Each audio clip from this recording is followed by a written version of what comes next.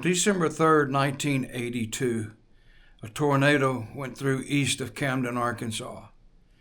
Around 9 o'clock that morning, I got a phone call from Robert Earl Garner, then sheriff of Ouachita County, and he asked if I'd been out to the lake. He was referring to Mustin Lake, where our family owned a cabin. All he said was, "You better get out there." The following are the results of that day and that tornado. Thank you for watching.